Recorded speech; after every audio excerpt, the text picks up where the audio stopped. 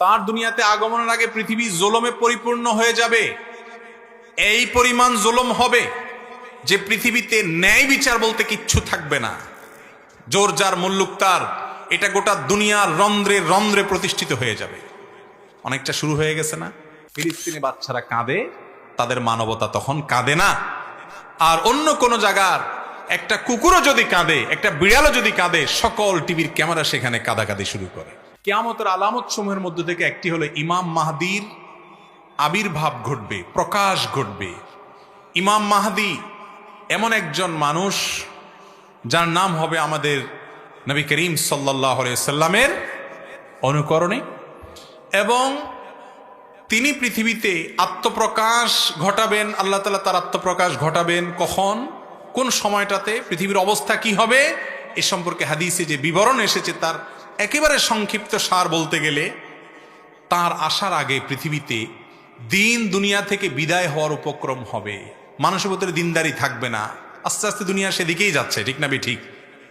মসজিদে মুসল্লি নেই, কিন্তু খেলার জন্য উন্মাদনার লোকের অভাব নাই। ভাইরা আমার, তার দুনিয়াতে আগমনের আগে পৃথিবী জুলুমে পরিপূর্ণ হয়ে যাবে। এই পরিমাণ জুলুম হবে যে পৃথিবীতে ন্যায় বিচার বলতে কিচ্ছু থাকবে না। জোর যার মুল্লুক তার, এটা গোটা দুনিয়ার রন্ধ্রে রন্ধ্রে প্রতিষ্ঠিত হয়ে যাবে। অনেকটা শুরু হয়ে গেছে না? দেশে বিদেশে দুনিয়াতে সারা পৃথিবীতে আজ যাদের গায়ে জোর আছে তারা যা বলে সেটাই নীতি, ঠিক না ঠিক? ইউরোপিয়ানদের গায়ে জোর আছে, তারা যা বলে ওইটাই নীতি। আমেরিকানদের গায়ে জোর আছে, তারা যা বলে সেটাই নীতি। আজ দুর্বলদের কোনো না কথার দাম আছে, না আদর্শের দাম আছে, না তাদের কোনো অধিকার আছে, ঠিক না ঠিক?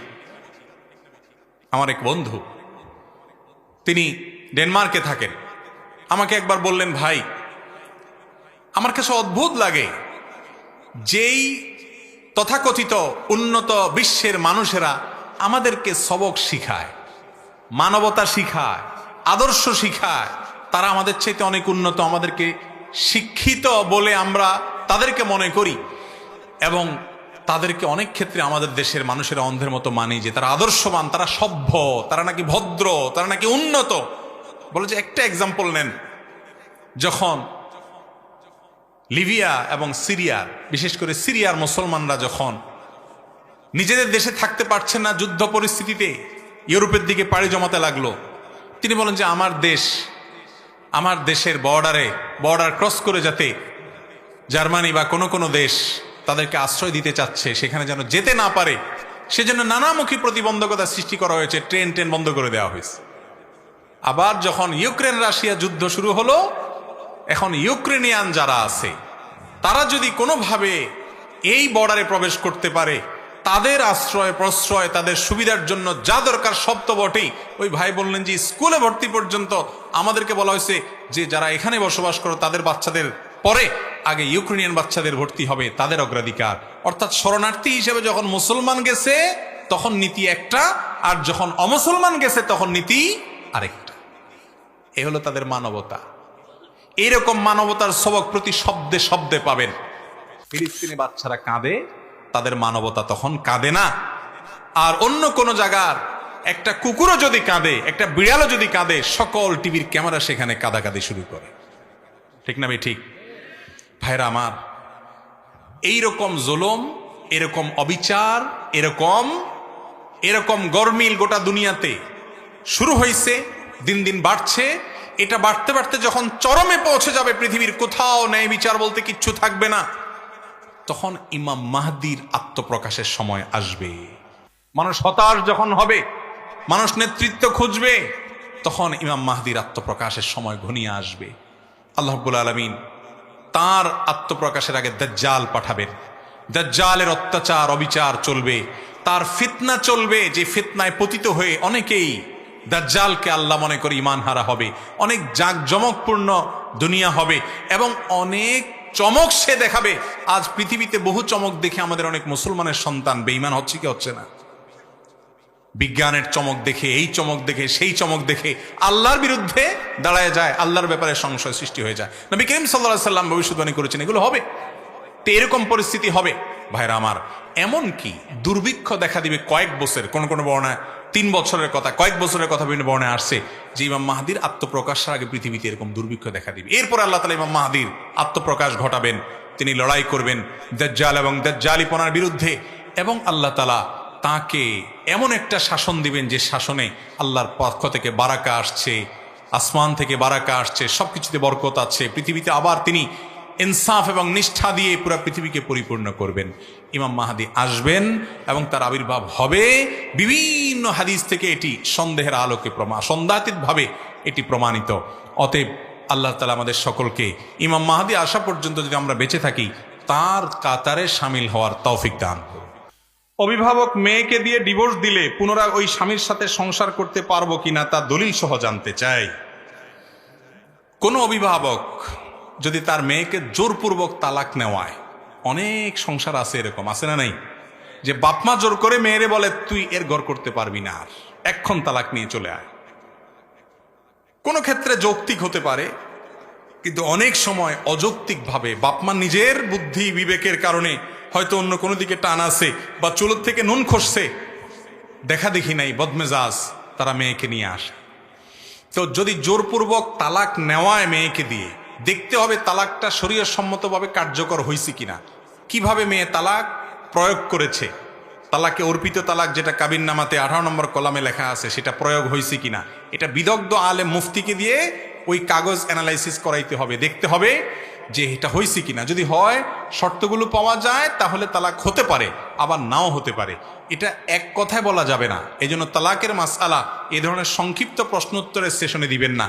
তালাকের কোনো ঘটনা ঘটলে কোনো ভালো মুফতির কাছে, ভালো কোনো ফতোয়া বোর্ডের কাছে, ভালো কোনো আলেমের কাছে গিয়ে বিস্তারিত বলে ওই তালাকনামার কাগজে কি লেখা ছিল, কাবিননামা কি লেখা ছিল, সেটা পাওয়া গেছে কিনা, শর্ত হয়েছে কিনা, সব ঠিকঠাক হয়েছে কিনা, তালাক হয়েছে কিনা, তারপরে নিশ্চিত হবেন। এরকম আমরা আলাদা করে বলতে পারবো না। তবে হ্যাঁ, যদি যথাযথ নিয়মে অর্পিত তালাক বা তালাকের তাফবিজ ওই মেয়ে নিজের প্রতি নিজে গ্রহণ করে, তাহলে ডিভোর্স হতে পারে। ওই অভিভাবক ফুসলাইছে কিনা, বুঝাইছে কিনা, সেটা দেখার বিষয় না। বিষয় হলো যে তালাকটা সঠিক পদ্ধতিতে প্রয়োগ হয়েছে কি হয় নাই। যদি হয়ে থাকে তাহলে ঠিকই তালাক হয়েছে, আর না হলে হয় নাই। অতএব এটা দেখতে হবে যে কিভাবে তালাক দেওয়া হয়েছে। তবে যেন তেন কারণে অভিভাবকরা, ছেলে হোক মেয়ে হোক, অনেক বাপ আছে ছেলেকে ফুসলায়, আরে এই মহিলারা ছেড়ে দে, কত মহিলা আছে, চেয়ে ভালো মহিলা তোর বিয়ে করাবো, আছে না নাই? অনেক বাপ মা আছে মেয়েদেরকে ফুসলায়, আর তুই এর ঘর ছেড়ে দে, আমার ঘরে থাকবি, সারা জীবন থাকবি, খাবি। হ্যাঁ, যদি যৌক্তিক কারণে হয় সেটা তো ভিন্ন কথা, কিন্তু বেশিরভাগ ক্ষেত্রে দেখা যায় বাবা মা নিজেদের জেদ, ক্ষোভ এগুলা মিটাইতে গিয়া ব্যয়ের সাথে গন্ডগোল হয়েছে, মেয়েকে নিয়ে আসছে, আর দিবে না, আছে না নাই? খুব জঘন্য এবং খারাপ কথা। আল্লাহর জমিনে স্বামী স্ত্রীর সম্পর্ক ভেঙে যাওয়ার মতো এরকম কাজ, অপ্রিয় কাজ আল্লাহর কাছে আরেকটা নাই জায়েজ কাজের মধ্যে। এই জন্য ভাইরা, তালাক যাতে কম হয় চেষ্টা করবেন যে কোনোভাবে মিউচুয়াল করার জন্য। আমি প্রায় বলার চেষ্টা করি, দাম্পত্য জীবনে একটা সংসার যখন নতুন করে জোড়া লাগে, একটা ছেলে একটা মেয়ে নতুন সংসারে যায়, নানান গরমিল শুরু হয়। যদি বেশি বেলাইন হয় তাদেরকে সোজা করার চেষ্টা করেন বিভিন্নভাবে। কখনো সোজা হবে বলে মনে হয় না, ভবিষ্যৎ অন্ধকার, তাহলে তালাকের চিন্তা করেন আলেমদের সাথে পরামর্শ করে। কিন্তু যেন তেন কারণে তালাকের কথা বলিয়েন না ভাই। টুনটান একটু হয়, এরপর আস্তে আস্তে এগুলো ঠিক হয়ে যায়। ছেলে মেয়ে হলে, সংসার ভারী হলে ধীরে ধীরে ঠিক হয়ে যায়। ধৈর্য ধারণ করতে হবে। ইমানদার কখনো বেসবর হবে না। এই জন্য যেন তেন কারণে ছেলে মেয়েকে দিয়ে তালাক দেওয়াবেন না। এরপরে প্রশ্ন হলো, ফজর ও মাগরিবের পর ঘুমালে কি কি ক্ষতি হয়? ফজর এবং মাগরিবের পরে ঘুম ইসলামের দৃষ্টিতে কোনো প্রশংসনীয় ঘুমের সময় নয়। ফজরের সময় যদি কেউ ঘুমায়, ফজরের পর, ফজর পড়ে, এতে বড় কোনো গুনাহ হবে না, কোনো গুনাহ হয়ে যাবে ব্যাপারটা সেরকম না, কিন্তু এটা অনুত্তম, অনুচিত। কারণ এই ফজরের পরের টাইমটা দোয়া কবুলের সময়, জিকিরের সময়। নবী করিম সাল্লাল্লাহু আলাইহি ওয়াসাল্লাম এই সময় দোয়া জিকির করতেন। একান্ত আপনার অফিসে ডিউটি আছে, রাত্রে দেরিতে শুয়েছেন কোনো কারণে, ফজরের পরে আপনার ঘুমাইতে হবে, ঘুমান। অন্তত ফজরের পরে সূর্য ওঠা পর্যন্ত অপেক্ষা করে এশাকে সালাতটা পড়ে তারপরে অন্তত ঘুমান। কথা কি বুঝাইতে পারছি? নবীজি সাল্লাল্লাহু আলাইহি ওয়াসাল্লাম দোয়া করছেন, আল্লাহুম্মা বারিক লি উম্মতি ফি বুকুরিহা, আল্লাহ আমার উম্মতের জন্য সকালের সময়টাতে বরকত দিয়েন। তো আপনি ওই টাইমে যে কাজ করবেন এটাতে বরকত হবে, আমল করবেন, কোন একটা কাজ করবেন, ঘুমায় অলস সময় কাটাবেন না। যদি কোনো কারণে আপনি ঘুমায় পড়েন, শরীরটা খারাপ লাগছে, বা পরে আর ঘুম আসবে না, বা আপনার অফিস ডিউটি আছে, এতে বড় কোনো গুনাহ হবে না, ঘুমান। কিন্তু মাগরিবের পরে ঘুমটা যথাসম্ভব অবশ্যই পরিহার করতে হবে। কারণ নবী করিম সাল্লাল্লাহু আলাইহি সাল্লাম কানা ইয়াকরাহু নাওম ক্বাবলা আল ইশা ওয়াল হাদিস বাদা, নবীজির অভ্যাস ছিল তিনি এশারের আগে মাগরিবের পরে ঘুমানোটাকে অপছন্দ করতেন, আর এশারের পরে কথা বলা অপছন্দ করতেন। আর আমাদের স্কেল উল্টা হয়ে গেছে, আমরা এশারের পরে আড্ডা মারতে সবচেয়ে বেশি পছন্দ করি, ঠিক না বেঠিক? এশারের পরে নবীজি কথা বলা অপছন্দ করতেন, দ্রুত শুয়ে পড়ো, তাহলে তাড়াতাড়ি কি হবে, ওই ফজর পড়া আসান হবে, রাত্রে ঘুমটা ভালো হবে, স্বাস্থ্যটা ভালো থাকবে। কিন্তু আজ এশারের পরে আমাদের আড্ডা আরো বেশি জমে। এই জন্য ভাইরা, মাগরিবের পরে ঘুমটা মাকরুহ, অনুচিত, এটা উচিত না। হ্যাঁ, কারণ শরীর খারাপ, কোনো কারণে অসুস্থ কোনোদিন, ভিন্ন কথা, কিন্তু মাগরিবের পরে ঘুমানো উচিত না। বিশেষ করে মাগরিবের পরে শুলে অনেক সময় এশার পড়া হয় না, এই জন্য মাগরিবের পরে ঘুমটা মাকরুহ এবং অনুচিত। মুসলমানের জয় এবং পরাজয়, সফলতা এবং ব্যর্থতা, এটা খেলার মতো ফালতু জিনিসের উপরে নির্ভর করবে।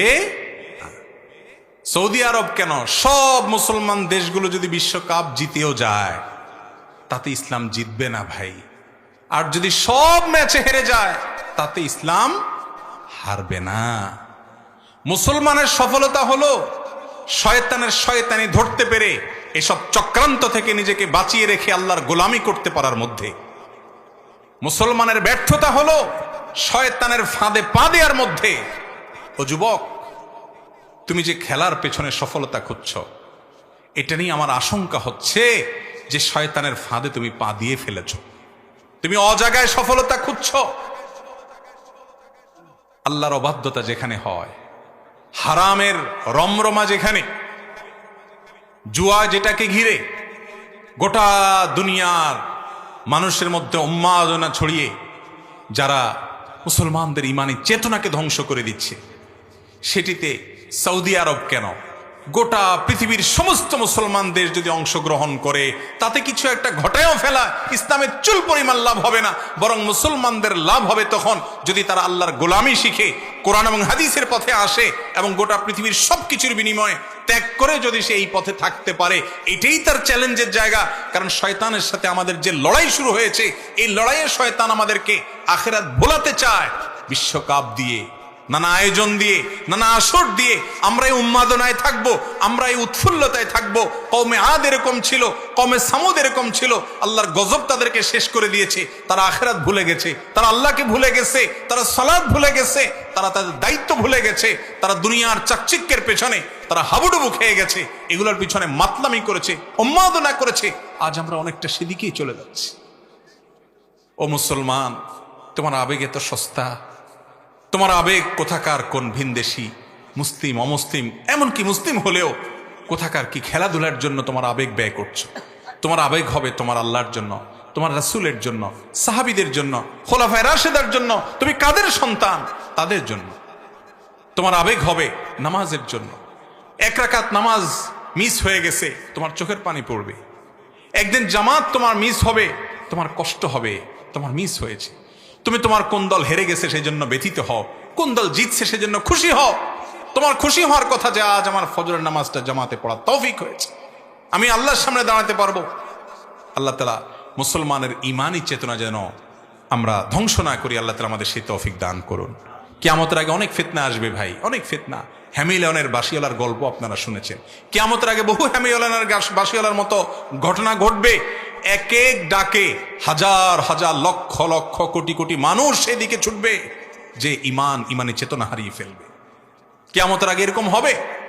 এই টাইমে ইমানের উপর অটল থাকা বড় কঠিন, বড় কঠিন। অতএব সৌদি আরব কেন, পৃথিবীর কোন মুসলিম দেশের খেলায় জেতা হারা এটা একজন মুসলমানের জীবনের কোনো গুরুত্বপূর্ণ সাবজেক্ট হতে পারে না।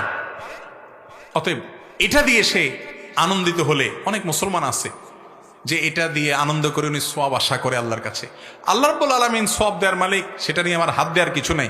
কিন্তু কোরআন হাদিস ঘাটলে আমরা জানি যে কোরআন হাদিসের আলোকে সওয়াব পাওয়ার রাস্তা কোনটা, গুনাহ পাওয়ার রাস্তা কোনটা। আজকে আমার অফিসে এক যুবক আসছে, তো প্রসঙ্গত জিজ্ঞেস করলাম, যুবক মানুষ ছবি তুলতে আসছে আমার সাথে। বললাম কোন দলের সাপোর্ট করেন ভাই? বলে হুজুর আমি আজকে সৌদি আরবের সাপোর্ট করি, কারণ আমি ব্রাজিলের সাপোর্টার। আমি তখন জানতাম না যে আজকে কোন দলে খেলা। অনেক পরে আমাকে অফিসে একজন বলল, ভাই আজকে কি সৌদি আরব আর্জেন্টিনা খেলা। আল্লাহু আকবার। মুসলমান সৌদি আরবের সাপোর্ট করে আল্লাহরে খুশি করতে চায়। সৌদি আরব যদি কোনো কুকাম করে জিতে, তো সেখানে আমরা তারে সমর্থন করলে আল্লাহ খুশি হবে? সৌদি আরব কি আমাদের জন্য এতই মডেল যে যা করবে তা আমরা অন্ধের মতো সমর্থন করব? আল্লাহ তাআলা আমাদেরকে বুঝার তৌফিক দান।